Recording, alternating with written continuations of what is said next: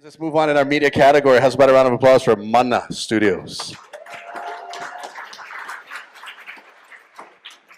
Aloha mai kako. We are Mana Studios. Our vision, he oihana ho ina olelo oiwi. Ka'olelo Hawaii, the Hawaiian language, the bedrock, the building blocks of Hawaiian innovation since the times of Po. The Hawaiian language, fluent, flexible, resilient.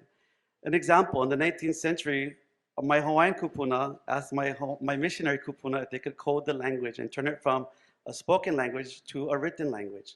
They agreed, and that transformed our society and our culture. It created a whole new industry, publishing and the Hawaiian New Pepa, as you heard about earlier tonight. This transformation had a big impact on our islands.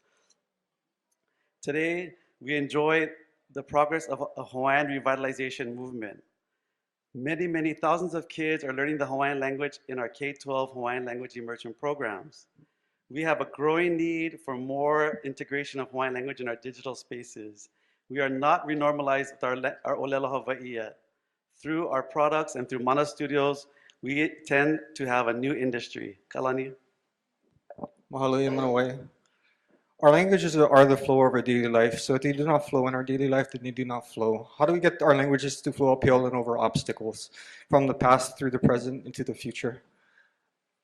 First, we need to change the tools of an industry to create an industry. We're creating platforms for videos, for interactive books, for different types of media like games. Using first principles thinking, we can think of things in components. The companies here all use sound and timing components in their work. So examples are captioning or subtitling, transcription. We seek to build tools like these. These companies, also, a small section, also build language tools. Tools that, components that help people to create or instill new knowledge of how to speak their native languages. So we're seeking to combine all these things together because we believe that if we can inject ourselves into that mainstream culture that doesn't really care about Hawaiian language or other indigenous languages, we can revitalize those languages by having our little Hawaii Trojan horse or indigenous Trojan horse embedded in their systems.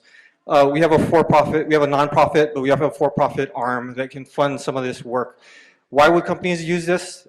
There's been a migration to cloud solutions where you're not having files moving around on different computers. A platform base where anybody can go up and create. We're trying to empower creators to be able to tell their own stories. And then going with that, an ability to pay those people for their time. Any Netflix movie in your language now. During our building phase, we built a Chrome extension that allows any Netflix movie to be shown in Olelo Hawaii.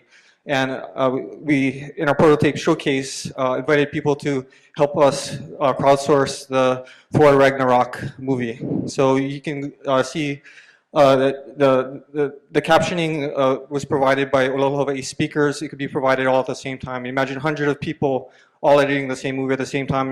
Before your popcorn's even done, it's already captioned. You also see the colors there. Didn't find any. You can learn grammar and vocabulary while watching movies. So this is great, but we want to move on from books. I mean, from movies to interactive books that help parents of emerging children being able to read through their keiki and also give them the help. Game dialogue editors. Now, so one thing that three things have in common is, the sound elements, the language elements, and the timing elements. So we just did language for Thor, but that's embedded in all of our other systems. So you can get that same help in books and you can get that same help in games. And we want to empower people to crowdsource and translate these things. Ikiana? Thank you. In order to be self-sustainable, the key to the success of preserving endangered languages is the community engagement and empowerment. So for that reason, we believe that Mana Studio will be formed as a nonprofit organization. So within the next 6 months, existing immersion schools and students will have free access to this wonderful language learning tools. And students will bring their learning outside classroom and share this with their families, leading to an increasing demand of learning and speaking Olelo Hawaii. And the platform will allow native translators to volunteer, to get paid, so that they will be able to have books and movies out there more. And how are we going to pay for all of this? So we will be seeking grants and donation sponsorship from corporate social responsibility.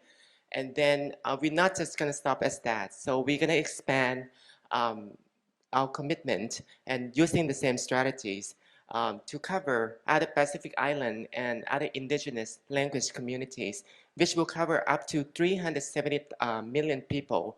And then our goal to increase to 500,000 learners of Olelo, Hawaii. But then once we gain the business momentum, we will form a for-profit company to fund these Mana Studios. So I just want to ask everyone to join us for this emerging industry by supporting Mana Studio. Thank you.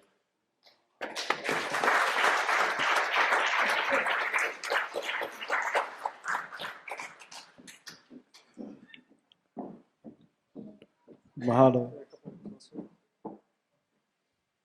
Okay. All right, judges. Can you provide more clarity around the nonprofit for-profit decision? Just because I've seen in the past, it's really hard if you start as one to convert to the other because of tax reasons and ownership of IP.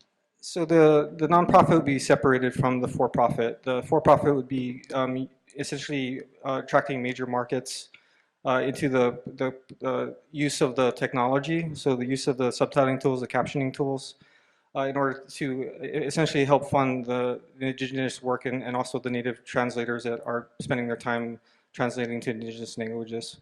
The nonprofit's goal is really to stay and keep the focus of the nonprofit, which is to proliferate and Hōkū Maka'olelo Hawaii and the other indigenous languages across the world. So they're not just relegated to the classrooms, that they're out in the world and being spoken. Mahalo. Anything to add? So in the Hawaiian immersion schools now, what is the process? Because there's so many schools all with different teachers that want to use different content. What are the processes that they all individually use now to do this translation, and how? And have you spoken to them about testing some of these projects? So there's 24 Hawaiian language immersion schools statewide and several other private preschools. And so I was a teacher for 22 years, and basically teachers are hungry for any type of curriculum and supportive instructional curriculum and materials. At one time it was printed resources, but now they're all very hungry for digital resources. So we've been talking to teachers and having conversations, and really they cannot really even cite any one particular platform or application that's really specific to Olelo that really imbues and embeds the Olelo Hawaii into those apps. So we already have 4 schools signed up to kind of beta test our product on Kauai and on Molokai. That's awesome. And just one quick note is, just because language learning is becoming so popular because the world is more global, and whether we like or not, English is such a dominant language on the web, there's a lot of other communities that are huge communities and that need programs like this to help translate the ever-growing flood of content that's being created every day. So that's another market you might look at. Thank you. We found out that there's a huge industry called the subtitler captioning industry that we didn't know about. It's over, how many billions was it? It's huge. So that was an unanticipated discovery in our research, actually. Can I just ask another question on you? You know I'm going to ask this question. I want to know when we do the quote unquote translation, right? What kind of oversight is there going to be? Oversight. Because Quality control. quality control. Thank you. So just as our kupuna crowdsourced all these articles for the new Pepa Kahiko, that it was pulled in from community, this is one of our goals too, is have the community help translate. So there is an issue that we have to make sure and ensure that there is gatekeepers that kind of paka the Olelo. And it's appropriate for the age levels and this and that, of course. So ethical considerations. That will take a human eyes, I think, to do that, to do some of that more finer smoothing out of the translation work. So I'm not really sure I understood the first part about nonprofit first, nonprofit somehow funds the for-profit later. But unless I missed it, I mean, to build the type of platform you're talking about that basically aggregates like this just proliferation of language applications that already exist, I mean, what is the scale of that and the technical barriers to do anything that's even an MVP that has some market value? So just in our building phase, we built Olelo Fix. So that's already can hit 190 countries, and with 14,000 titles that everybody's able to actually just click a button and provide translation. So it actually has feet already. And so to speak, we want to expand and the reach and have time to look at these things like, second eyes, and how do we create a market where we can actually pay our little Hawaii translators to do and check on those translations. Am I answering your question? I think so. So because there's 38 seconds left, I'll just ask the follow-up. So what's the logic between starting the nonprofit first and then the for-profit? Our goal is to stay close to our roots. The long-term goal is the how, right? So how do we sustain this in a worldwide scale, and how do we keep to the mission of the nonprofit without violating tax rules? And that comes to the for-profit. So I don't have a question, but just the follow-up comment. So I actually, when I was an attorney, I did the WordPress Foundation for WordPress, which is a corporate and a nonprofit. And what they have is the open source software resides in the foundation, so it's perpetually going to be in the public good, like a public domain. And then the company, the private side, does software as a service.